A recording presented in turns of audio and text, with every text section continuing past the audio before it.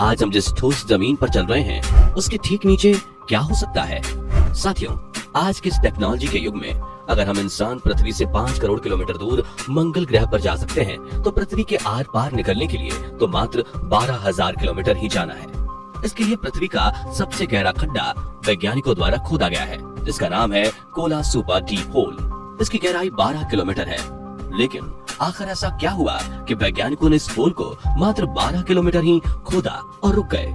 मैं जानता हूँ इस तरह के सवाल आप सभी लोगों के मन में अक्सर उठते ही रहते हैं, लेकिन कभी भी आपको इस बारे में एक सही जवाब नहीं मिल पाता है, क्योंकि हम सब ने अपने जन्म से लेकर आज तक इस धरती के बाहर की चीजें जैसे कि ऊंचे ऊंचे पहाड़ व सुंदर सुंदर झरने और तेजी से बहती हुई नदियों का ही अनुभव किया है।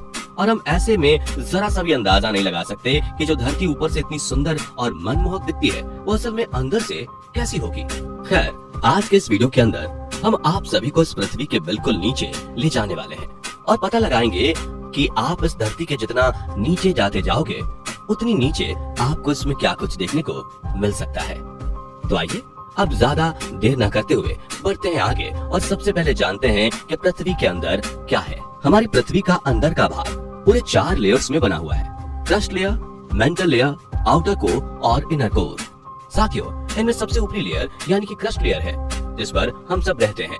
आपको धरती के अंदर जो भी गड्ढे जैसे कुएं, बड़ी बड़ी खदानें दिखाई दे रही हैं, वो सभी इसी लेयर के ऊपरी हिस्से में ही मौजूद हैं। और तो और पृथ्वी का सबसे गहरा खड्डा भी इसी लेयर में मौजूद है, जिसका नाम है कोला सुपर डीप होल। अगर आप इसके बारे में नहीं जानते तो हम आपको बता दें कि कुछ साल पहले वैज्ञानिकों ने रूस में दुनिया का सबसे गहरा खड्डा खोदने का प्लान तैयार किया था।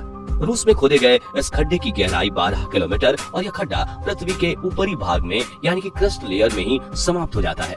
और इस पर वैज्ञानिक ने पूरे 20 साल तक काम किया था, यानी कि पृथ्वी को सिर्फ और सिर्फ 12 किलोमीटर तक ही खोदा गया है। बताया जाता है कि जब वैज्ञानिक यह गड्ढा खोद रहे थे, जैसे जैसे ये होल गहरा होता गया वैसे वैसे ही पृथ्वी के अंदर का तापमान बढ़ता हुआ नोट किया गया और यह तापमान करीब करीब 350 डिग्री तक पहुंच गया था। और इसी वजह से वैज्ञानिकों के सारे उपकरण पिघलने लग गए थे, जिस वजह से इस होल को और गहरा करने में वैज्ञानिक नाकामयाब हो गए। साथियों, इस होल की और ज्यादा खुदाई करने के मत में कुछ वैज्ञानिक असहमत भी थे। उनका मानना था कि पृथ्वी का चुंबकीय क्षेत्र भी पृथ्वी के सेंटर पॉइंट से ही उत्पन्न होता है। अगर ये होल पृथ्वी के आर पार कर दिया गया तो हो सकता है कि पृथ्वी पर बनने वाला ये चुंबकीय क्षेत्र नष्ट हो जाए। और पृथ्वी का अपना चुंबकीय क्षेत्र खो देने से क्या होता है, इस विनाश के बारे में हम सोच भी नहीं सकते। जैसा कि साथियों हमने जाना कि पृथ्वी का जो ये क्रस्ट वाला पार्ट है, यह पृथ्वी की सबसे बाहरी परत है जो उस ठोस सतह को बनाती है जिस पर हम सभी एक साथ सालों से रह रहे हैं, जो कि इस धरती में मौजूद बाकी परतों की तुलना में काफी ज्यादा पतली है। साथियों, महाद्वीपों के नीचे इसकी औसत मोटाई लगभग 35 किलोमीटर यानी कि 22 मील से भी ज्यादा और समुद्र के नीचे लगभग 5 से 10 किलोमीटर यानी कि 3 से 6 मील तक होती है। इसका टेम्परेचर 500 से 1000 डिग्री सेल्सियस तक रहता है। धरती पर आने वाले भूकंप और महाद्वीपों में होने वाली हलचल के पीछे यही लेयर जिम्मेदार है। लेकिन अब आप लोग कहेंगे कि ये महाद्वीपीय और समुद्री क्रस्ट क्या है?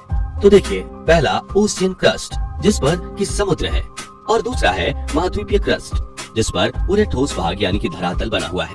साथियों, महाद्वीपीय क्रस्ट मेनली ग्रेनाइट चट्टानों से बनी होती है, जो कि समुद्री क्रस्ट की तुलना में थोड़ी कम घनी होती है और जिसकी मोटाई भी काफी ज्यादा रहती है, लगभग 30 से 50 किलोमीटर तक। बता दें कि ये महाद्वीपीय परत काफी पुरानी है, यानी कि अरबों खरबों साल पुरानी। वहीं समुद्री क्रस्ट की बात की जाए तो देखिए, ये ऑन एन एवरेज लगभग 7 किलोमीटर तक पतली रहती है और ये महासागरीय क्रस्ट की तुलना में काफी नई क्रस्ट है, जिसे आप अक्सर ज्वालामुखी जैसी गतिविधियों के थ्रू समुद्र के बीच की चोटियों पर लगातार बनती हुई देख सकते हैं, जो कि पृथ्वी के अंदर मौजूद टेक्टोनिक प्लेटों के खसकने के साथ फैलती ही जाती है। मेंटल। आइए अब इस पृथ्वी के थोड़ा और अंदर की तरफ चलते हैं, जहाँ पर क्रस्ट के नीचे की परत मौजूद है, जिसे हम मेंटल के तौर पर जानते हैं। देखिए, मेंटल पृथ्वी की सबसे ऊपरी परत क्रस्ट और कोर के बीच की ही परत होती है।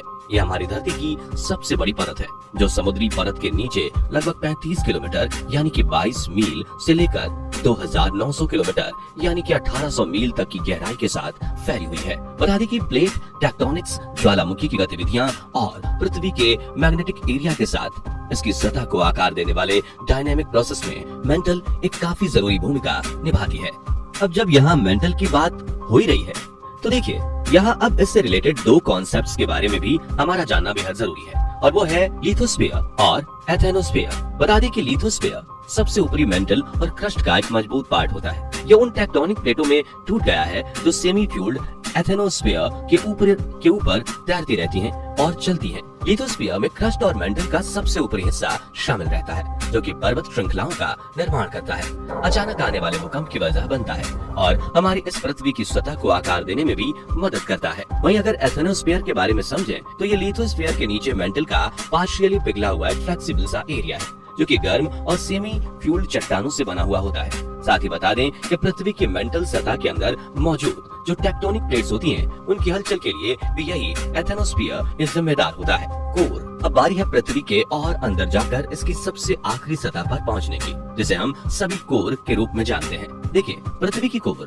हमारे प्लेनेट की सबसे गहरी और अंदरूनी परत है, जो मेंटल के ठीक नीचे ही होती है। बता दें कि यह पृथ्वी के अंदर का सबसे ज्यादा गर्म और दबाव वाला एरिया होता है, जहाँ का टेम्परेचर 5000 सेल्सियस से लेकर 6 से 7000 सेल्सियस तक आराम से पहुंच जाता है, जो फिर पृथ्वी के अंदर की हलचलों और मैग्नेटिक एरिया को बनाने का काम करता है। साथियों, पृथ्वी का ये कोर वाला हिस्सा भी बाकी हिस्सों की तरह दो पार्ट्स में बटा हुआ है, जिन्हें आउटर कोर और सॉलिड इनर कोर कहते हैं, जिसमें से outer core solid inner core के चारों ओर फैली एक तरल परत होती है, जो मेंटल परत की सीमा से लगभग 2900 किलोमीटर यानी कि 1800 मील गहराई में है और इस पृथ्वी की सतह के नीचे लगभग 5150 किलोमीटर यानी तकरीबन 3200 मील तक फैली हुई है।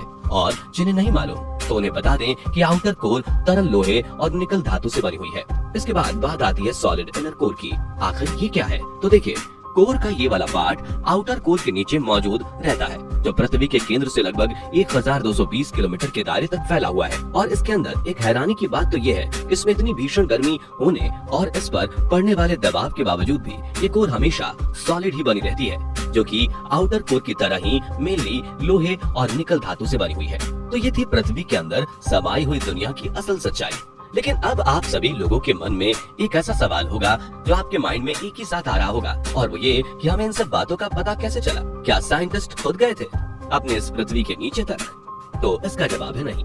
साइंटिस्ट या कोई भी आज तक इस पृथ्वी के ज्यादा अंदर तक नहीं गया है। तो अगर ऐसा है तो आखिर इस बात का पता किस तरह से लगाया गया होगा? इस धरती के नीचे आखिर क्या मौजूद है? तो साथियों, इसके बारे में पता लगाने के लिए साइंटिस्ट ने एक मेथड का यूज किया था, जिसे सेस्मिक वेव्स मेथड के तौर पर जाना जाता है। सेस्मिक वेव्स कुछ इस तरह की वाइब्रेशंस होती हैं, जो भूकंप, ज्वालामुखी के विस्फोट और दूसरी जियोलॉजिकल घटनाओं के दौरान बनने वाली एनर्जी की वजह से पृथ्वी के अंदर आगे बढ़ती हैं। ये वेव्स हमारे साइंटिस्ट्स को पृथ्वी के अंदरूनी हिस्से की स्टडी करने और उसे समझने में मदद करती है। और इन्हीं सेस्मिक वेव्स के बिहेवियर को एनालाइज करके साइंटिस्ट पृथ्वी के अंदर मौजूद अलग अलग परतों के स्ट्रक्चर और डेंसिटी के बारे में ज्यादा से ज्यादा जानकारी हासिल कर पाते हैं। तो बस ये थी आज की पूरी वीडियो, जिसमें हमने समझा कि असल में हमारी इस पृथ्वी के अंदर क्या होता है। आप लोगों को वीडियो पसंद आई हो तो इसे अभी लाइक करके चैनल को जरूर से जरूर सब्सक्राइब कर लेना। साथ ही कमेंट करके हमें ये जरूर बताना कि ऐसे कौन कौन से रहस्य या बातें हैं जिनके बारे में आपके माइंड में बस अफवाहें ही भर पड़ी और आप उससे रिलेटेड सच जानना चाहते हो। हमें अगर आपका टॉपिक पसंद आया तो हम जरूर उसके ऊपर एक डेडिकेटेड वीडियो लेकर आएंगे। तब तक के लिए बाय बाय।